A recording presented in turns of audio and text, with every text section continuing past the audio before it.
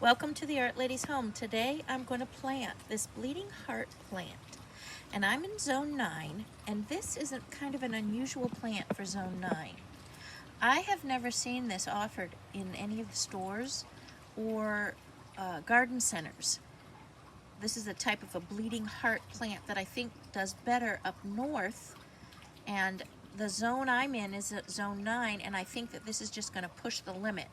But this is a very old-fashioned garden plant, and I've developed a love for it when my mom used to plant it in her garden up north. We originally came from New Hampshire, and we had this in our garden, and I just absolutely loved it. It had such beautiful, delicate little flowers that dangled in the wind.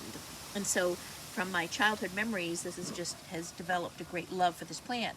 So I'm going to go ahead and give it a try. I did see it and purchased these bulbs at Walmart. And let's look at the bulb for a second here. They're pretty healthy. Some of the ends are a little bit dried up, but on the whole, I think that this will survive and do well. Now, this is called a bleeding heart plant. And in Florida here, we have what's called a bleeding heart vine. And this is what we call a bleeding heart vine in Florida. And it's a southern plant, and it's very tough. But I just wanted to show you the difference. It does have little things that dangle down, but nowhere near as beautiful as the one that I'm going to be planting and that we grew up north. So this is a vine, and it grows all over the trees, and it's pretty tough. I'm going to show you some of the parts of the bulb here. This tall white section is actually the growth, the new plant coming out. And these longer sections that are a little bit thicker than a pencil but straight, those are the roots. So that's the part that's going to be in the soil. And so I'll have the soil here, and then these will be up at the top. And these should be growing up straight. Unfortunately, this plant, along with the other one, it was kept in this green plastic bag a little bit too long. And I didn't purchase it soon enough at the store. You know, I didn't obviously know what it was going to look like, because you can't see what's inside here because it's an opaque bag. And so I didn't realize that these had already sprouted in the green bag, which is, you kind of don't want to buy a plant that's like that if you can avoid it, because all of this hasn't photosynthesized yet. It hasn't turned green from the sun, and the only thing that's going to make it turn green is exposure to the sun. So it would just continue to grow in the bag, and you can see here some of the ends are already starting to shrivel up, so that's not good. If this was left in this bag a little bit longer, I think this plant would have eventually just died and rotted and died, because it's already starting that process. So I think I've just saved it just in the nick of time. But so normally it would be, I'll show you on this one because it's not so curved. Normally you would have the roots here, which are these longer, straighter sections that are a little bit thicker than a pencil. But then you would have little just bumps, kind of like an eye of a potato, coming out. And then you have a bigger one here where this started growing here. So you'd have a bunch of eyes coming out that are whiter looking. So that's how you can tell which end is up, by these little growths here. So this is going to become a little stem coming out of the bulb. So this is the actual bulb part here. And then this white looking stuff coming out, which kind of looks like roots because it's growing almost branchy, a branch system, but that's actually the plant.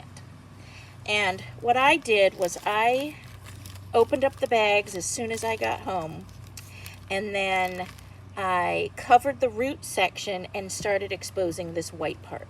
I did moisten up the potting soil or the peat moss that's in it first a little bit, and then I exposed it to some indirect sunlight in a screen room so that it can start greening up. And actually it's starting to yellow a bit, and then I'm actually seeing some pink growth and a little bit of green, and that's after 2 days. So I did make sure I covered the roots so they wouldn't dry out too much. And then I'm going to be placing this in soil today. But I wanted to show you what the bulbs look like. And like I said, normally all of this growth shouldn't be here as you're planting it. So this is a little bit too old of a root, but I think I can still save it if I pot it up right away. So this particular bulb has stayed a little bit too long in the green plastic bag, unfortunately, but we will save it. What I'm going to do is I am going to choose to put this in a pot versus the ground. Now, if I was in a northern climate, I would definitely put it in the ground. They grow well in the ground. My mom always had them in the ground, and they grew beautiful. But like I said, this is an iffy plant for the south, so I'm going to put it in a pot, and I'm going to use a lot of peat moss and some potting mix. And then I'm going to also mix it with some mushroom compost, because my things do really well in the south with mushroom compost. So I'm going to go ahead and pop that up and show you what it looks like. And here's what it looks like all potted up. And I put one in each pot. That way it has plenty of room to grow and spread out its roots since it's confined in a pot. I don't want it to be all tangled together. And I'm going to keep it in a dappled sunlight area because it's zone 9. And hopefully it'll do really well here. If not, just as an annual. But it is supposed to be a perennial, and I'm hoping that we get enough cold to set it to flower the second year. But here it is, and I'll give you an update in a few weeks on what it looks like.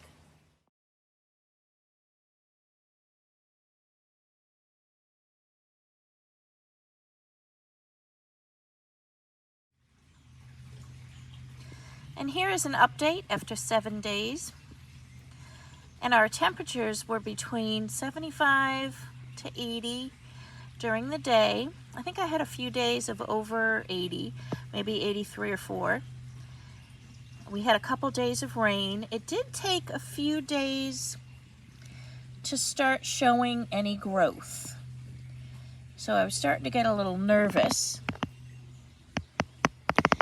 And I moved it into the sun, but it has dappled sun here.